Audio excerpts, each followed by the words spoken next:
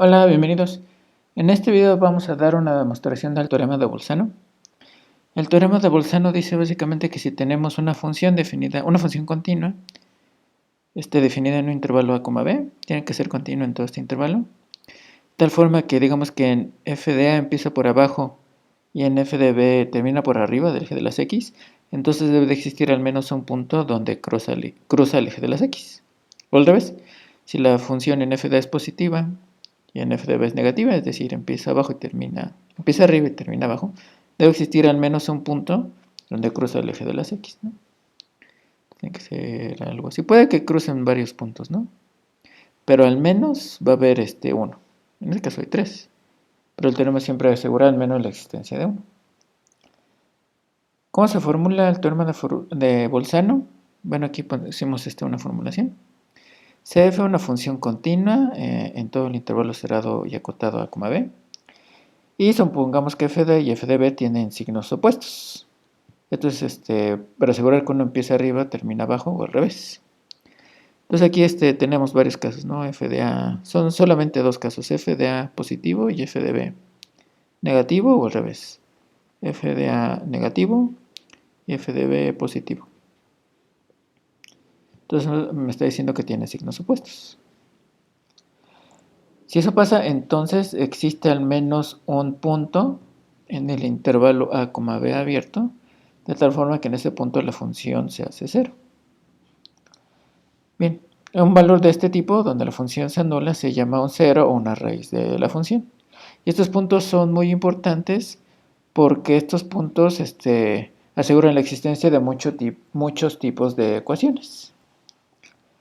Bien, entonces vamos a dar una prueba de este teorema. Y para la prueba necesitamos un lema, este que está aquí.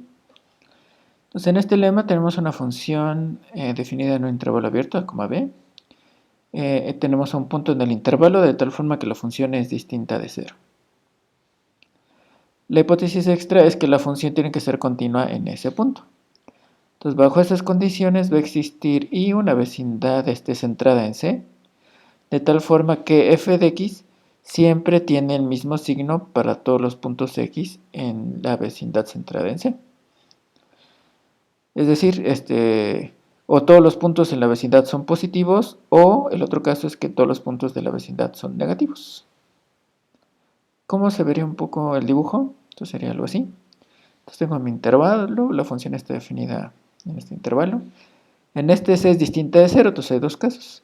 F de C es por arriba, entonces está arriba del eje de las X, o F de C es negativa, entonces está por abajo, ¿no? Aquí lo dibujé por arriba. Entonces lo que dice el teorema es que aquí alrededor de C podemos dibujar un intervalo, aquí se ve en rojo, de tal forma que cuando yo me agarro cualquier X aquí, F de X está por arriba. Entonces la función en ese cachito, al menos en este I, tendría que verse algo así.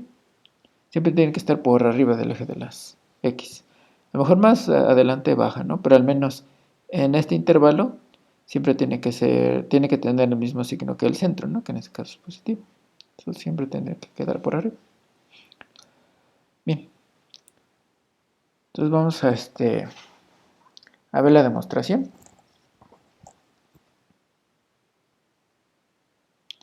Vamos a ver la demostración del lema. La demostración del lema.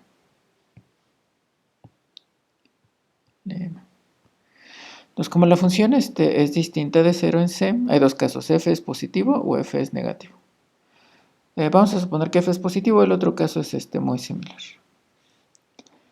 Entonces, en este caso, ¿qué vamos a hacer? Vamos a tomar epsilon igual a f de c sobre 2. Este es un número positivo porque f de c es positivo. Entonces, ¿qué estamos haciendo aquí en el dibujo? Entonces, aquí en el dibujo, lo que estamos tomando es esta distancia de aquí al eje de las X. Vamos a tomar la mitad, ¿no? Ahí. Y vamos a dibujar una franja que esté centrada en f de c, pero de ancho epsilon. Entonces ahí está. Entonces me voy, desde este punto f de c, me voy epsilon para arriba y epsilon para abajo. Bien.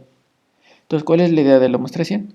Ya que tomé este epsilon, usamos que f es continua precisamente en C, para asegurar que existe un intervalo i, de tal forma que cuando yo mando cualquier punto de ese intervalo con la función, tiene que caer en este intervalo. Entonces eso quiere decir gráficamente que cuando yo dibujo la gráfica de la función, esta va a quedar encerrada en esta franja. Y eso ya me va a asegurar que esté arriba del eje de las x. No en particular va a estar arriba de este. Y en particular todos estos valores van a tener que ser positivos. Bien, entonces vamos a escribir esa idea.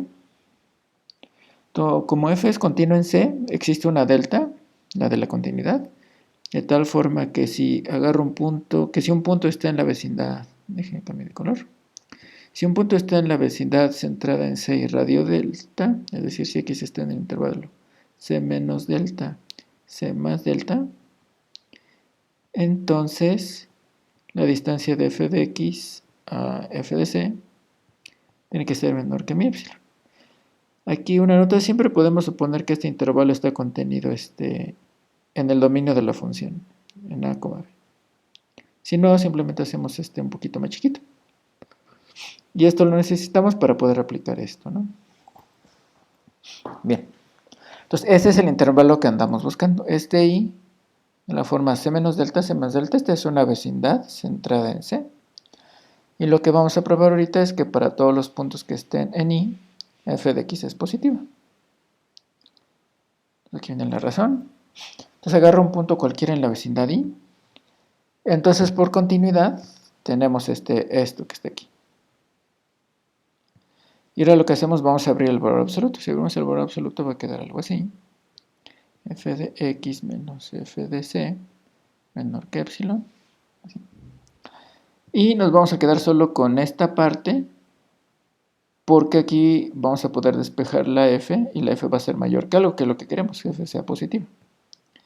Entonces me voy a quedar solo con esa parte y si paso f de x del lado izquierdo, me va a quedar, perdón, f de c, esta f de c del lado izquierdo, me va a quedar que f de c menos epsilon es mayor que f de x.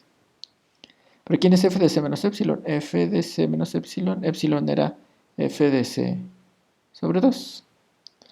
Entonces f de c menos f de c medios me queda f de c sobre 2. Y esto es menor estricto que este f de x. Pero f de c habíamos supuesto que este era positivo. Entonces de aquí se sigue que 0 es mayor que f de c sobre 2, que a su vez es más chiquito que f de x. Entonces, ¿qué pasó? Aquí para cualquier punto en este intervalo, esta desigualdad me dice que f de x es positivo. Y ahí entonces ya encontré ese intervalo donde todos tienen el mismo signo. Y aquí termina el lema, ¿no? Bien. Una vez que ya probamos el lema, ya podemos intentar la demostración del teorema de Bolzano. Entonces vamos a recordar las hipótesis. Tenemos una función continua en todo el intervalo cerrado y acotado a, b. Y tenemos que f de a y f de b tienen signos distintos. Entonces aquí vamos a suponer, sin pérdida de generalidad, que f de a es negativo y f de b es positivo. El otro caso es muy similar. Lo que debemos de probar es que hay un punto en el intervalo abierto donde la función se anula. Entonces, ¿de dónde va a salir este punto? Va a salir de hecho del axioma del supremo. El axioma del supremo es el que garantiza la existencia de este punto. ¿Cómo vamos a empezar a aplicar el axioma del supremo? Vamos a considerar este conjunto. Este va a ser el conjunto de los puntos que están en el intervalo, pero de tal forma que el valor de la función en esos puntos es siempre menor o igual a 0. Ahorita vemos por qué se escoge este conjunto, pero unas observaciones inmediatas que se tienen es que A está aquí, simplemente porque f de A es negativo, entonces satisface esta condición. Lo cual ya me dice que S es distinto del vacío. Además, como estoy tomando los puntos como un subconjunto, S como un subconjunto de A, B, B claramente es cota superior de S. Entonces ese es un conjunto distinto del vacío y acotado superiormente. Para axioma del supremo existe el supremo de este conjunto. Este es el que le vamos a llamar C. De hecho, lo que vamos a probar es que f se va a anular en C. Bien, entonces, ¿cuál es la idea de por qué se escoge este C? Este S, perdón, este conjunto. Entonces, la función empieza aquí abajo, puede moverse, pero en algún momento tiene que terminar arriba porque f de b es positivo. Entonces, el conjunto S lo que está tratando de buscar es, bueno, me empiezo en este conjunto A que es negativo y voy a tratar de irme moviendo hacia la derecha, capturando todos los puntos que sean negativos. Entonces, cuando agarro ese, el supremo de esta parte, entonces ese es agarrar el punto que está más a la derecha de todos los posibles puntos donde la función es negativa. Y esa es la esperanza de que pegue justo en el momento donde la función cruza el eje de las x. También tomar ese de esta forma tiene sentido porque este conjunto es un conjunto más sencillo que tratar de buscar directamente el punto donde se hace 0. Esta condición es muy fuerte, ¿no? F de c igual a 0 es como muy precisa. En cambio, esta condición que está aquí, f de x menor o igual que 0, es mucho más flexible porque aquí nomás pido que sea menor o igual. Entonces es más fácil, digamos, que yo al azar agarre un punto y que satisfaga esta condición, a que sea precisamente igual a 0. Y además todos los puntos donde la función se anula están contenidos aquí. Entonces si yo tengo la esperanza de encontrar uno de estos puntos, a fuerzas va a estar contenido en este conjunto S. Bien. Entonces nos vamos a enfocar por ver que f de c es igual a 0. Ok. Entonces como f de c, vamos a suponer que no y vamos a llegar a contradicciones. Si f de c es distinto de 0, tenemos dos casos, f de c positivo y f de c negativo. Entonces vamos a analizar qué pasa cuando f de c es negativo. Si f de c es negativo, aquí en el dibujo, entonces c tendría que estar en el conjunto S, pero tiene que estar en la parte donde la función es negativa. Entonces en el dibujo que tenía el S, digamos, el C estaría, digamos, por aquí. Ahora, aquí es donde va a entrar en juego el lema. La función es continua en todo el intervalo, en particular va a ser continua aquí.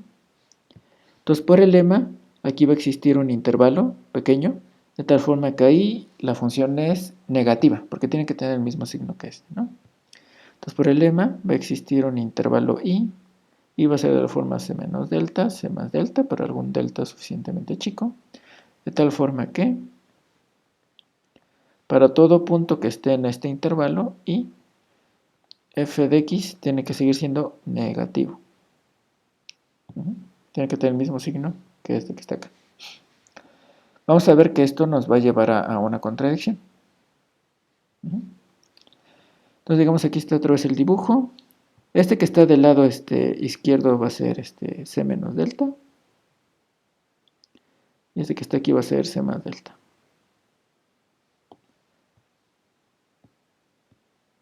Aquí está c menos delta y aquí está c más delta.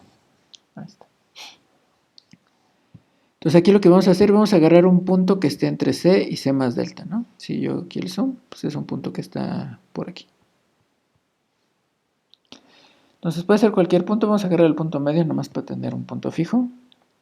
Sea x0 el punto medio entre c y c más delta. Entonces c más delta sobre 2. Entonces ahí estaría mi x0, estaría como la mitad. X0. ¿Por qué vamos a agarrar ese punto? Primero observamos que este x0 tiene que estar en el intervalo y, ¿no? Simplemente por cómo lo agarramos.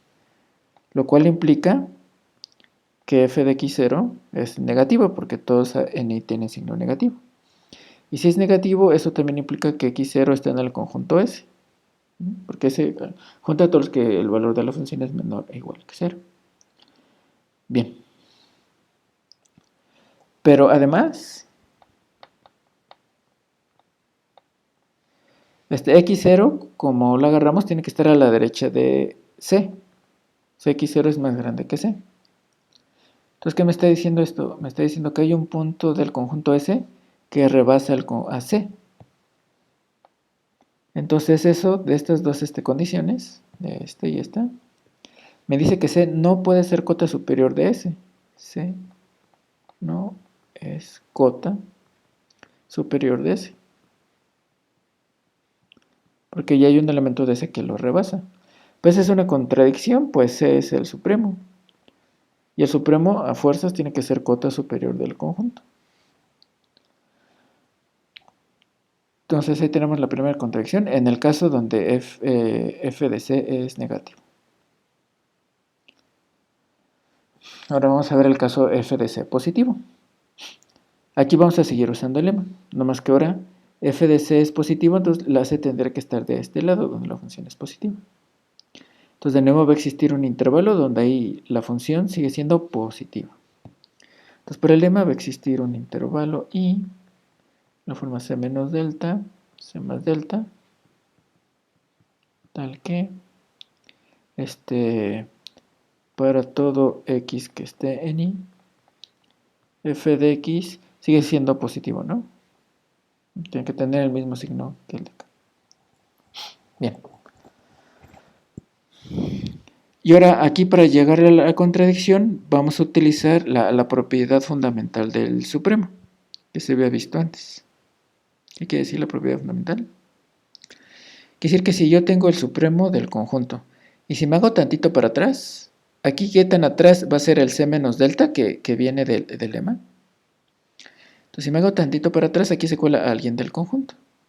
Entonces aquí debe de existir un x1 que esté en el conjunto. Entonces por la propiedad fundamental del supremo existe un x1 que esté en S, tal que, bueno, el C menos delta es más chico que el x1 y esto es menor o igual que el C. Bien. Entonces ahí estamos aplicando la propiedad fundamental del supremo. Pero entonces, ¿qué pasa? En esta situación queda que x1 va a estar en el intervalo y, porque va a estar en el extremo izquierdo. El y era todo el intervalo centrado en C, y el x1 va a estar aquí en el intervalo en la mitad izquierda. Y si x está en y, eso me va a decir que f de x1 es positivo. Porque así todos los del y aquí están. Todos los elementos de y tienen valor positivo. Pero también está en S. x1 está en S por la propiedad fundamental suprema y los valores de la función en los elementos de S son menores o iguales que 0. Entonces esta es mi contradicción. Por un lado tiene que ser positivo y por otro lado tiene que ser menor o igual que 0. Bien. Entonces suponer que este es negativo lleva a contradicción. Suponer que es positivo lleva a contradicciones. Por tricotomía, la única solución que nos queda es que tiene que ser 0, ¿no? No hay de otra forma.